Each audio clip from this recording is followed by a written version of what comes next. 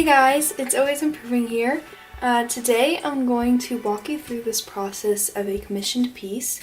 So I got commissioned to make a sunflower painting, and originally I had wanted to do it in watercolor because that's sort of what I'm used to, and I was just sort of sketching out a few ideas. But in the end I decided it would be fun to try something different, and I decided to go with acrylics. So I just need to figure out a few things because first of all, my canvas size is a bit larger than what I was going to with watercolors. It's really big. I don't know if it's going to fit in this frame, but it is a 12 by 24 canvas size, so it's quite large. So I do need to figure out a new composition for it, and also just look at some references and sketch a few things out before I begin painting on the larger canvas size. So I did pull up a few reference photos, but mostly I knew what I wanted generally in the composition. I wanted just to get the proportions right. So for my composition, I did go for a couple of sunflowers in a vase, and really I was just working out the minor details, like how many sunflowers, where did I want all the leaves to go, the proportions of it all, and I was using the references for each specific flower. So I would look for a sunflower picture of each of the kind of positions I wanted them in, and I also could get the colors that I wanted down as well.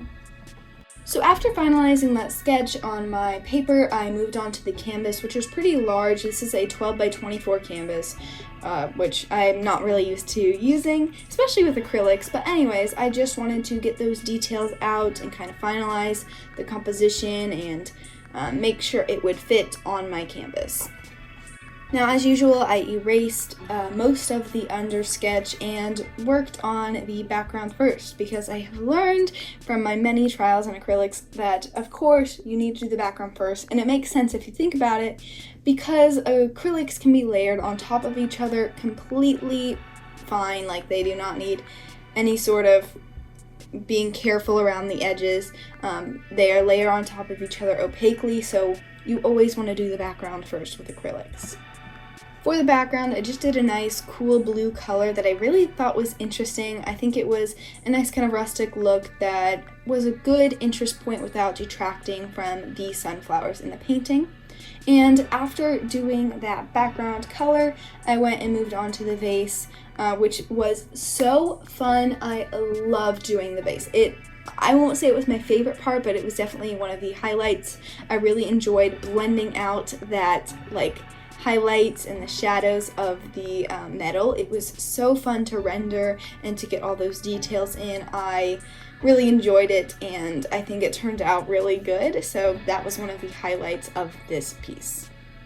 I kept it pretty simple overall though, and it was just gray metal, picture type deal for where the sunflowers were coming out of.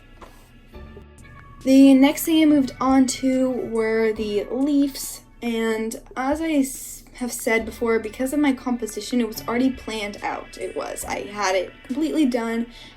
So this whole process was pretty quick for me, and I just wanted to lay down the initial colors to get an idea of how it would look in the end, and I would tweak as I went. So the leaves were pretty simple. I wasn't sure the exact color I wanted them, but I started with a darker green color that I was able to add some highlights to, some variation, because even though this is an acrylic piece, I still think variation in your colors and in your values is really, really important. So I did end up doing some cooler greens and some more yellow greens in the mix, and tried to keep the leaves darker than the actual stem colors. But overall, I was just tweaking a lot of little things, trying to get it to look like a cohesive painting. And the leaves took quite a bit of time, so I was really, really excited when I was able to start working on these sunflowers. I was looking forward to it while I was doing these leaves, saying, "Oh, just gotta finish this, and then I can work on those bright sunflowers, those bright colors. I want to do them." So, anyways, I got some of my bright yellows out and started just laying down some base colors, and here's where I think I could have used a bit more planning. Even though I had all of that composition work done, I did end up making those sunflowers just a little different than what I had in mind, especially the one on the left. It wasn't really a sunflower, it was more like a giant dandelion or something. I needed to make it a little bit smaller, but for now I just wanted to work on rendering those details and trying to figure it out as I went. I will say that I almost ran out of paint for this painting, and right now that is not a good thing because I had a deadline for this commission and I needed to finish it. But the only paints I could get quickly were from Walmart, and Walmart was almost out of paint. I'm not sure if that was because of the current situation that we're in right now, but they were almost out of paint. So be careful and be warned that you should plan ahead of time and go to the craft store early on in a commission.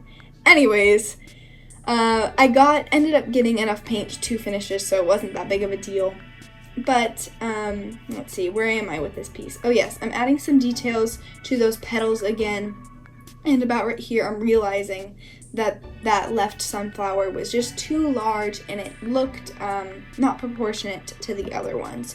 So I had to go over with a layer of the background color again to try to fix up that flower and wait for it to re-dry before I could redo it.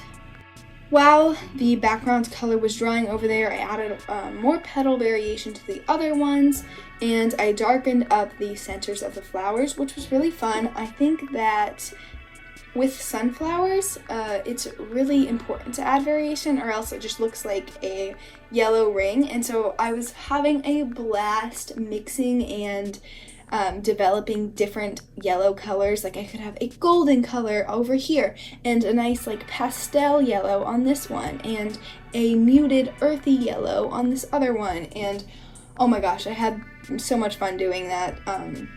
It was another one of the highlights. I would say that and the metal working of the initial like layer on that picture were my two favorite parts of this entire piece.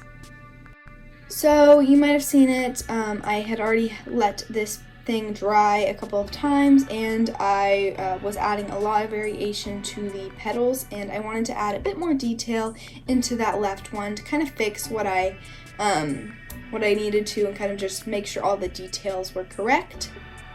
So working on those top two, I wanted to make sure that the petals farther away from the viewer were a bit darker than the ones closer to the viewer, and that helped to add a lot more depth because at first I was feeling this painting was a little flat, and I wanted to kind of push the two flowers on the left into the background while the one on the right was coming into the foreground more. And that brings us to the end of the video, guys. The last thing I had to do was that petal variation and kind of add more depth to this image. But overall, I had so much fun doing this. I know I had to rework a couple of places on this image a few times actually, but adding all this variation and being able to change my acrylic paintings, I think that's what draws me to acrylic the most, being able to just constantly change it. It was really fun, really. I hope you enjoyed seeing this process, and I hope that in the future I can do more acrylic pieces and just improve more at the medium. And if you did enjoy this video, I hope you'll stick around with me for that, and I really hope you have a great day. Bye!